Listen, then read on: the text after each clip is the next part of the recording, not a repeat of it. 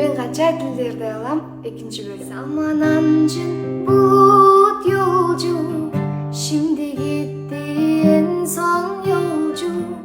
Bitmedi mi hasret borcu, neredesin ay yüzü? Aspandağı ayma dedim, жаздық шағым қайда менің?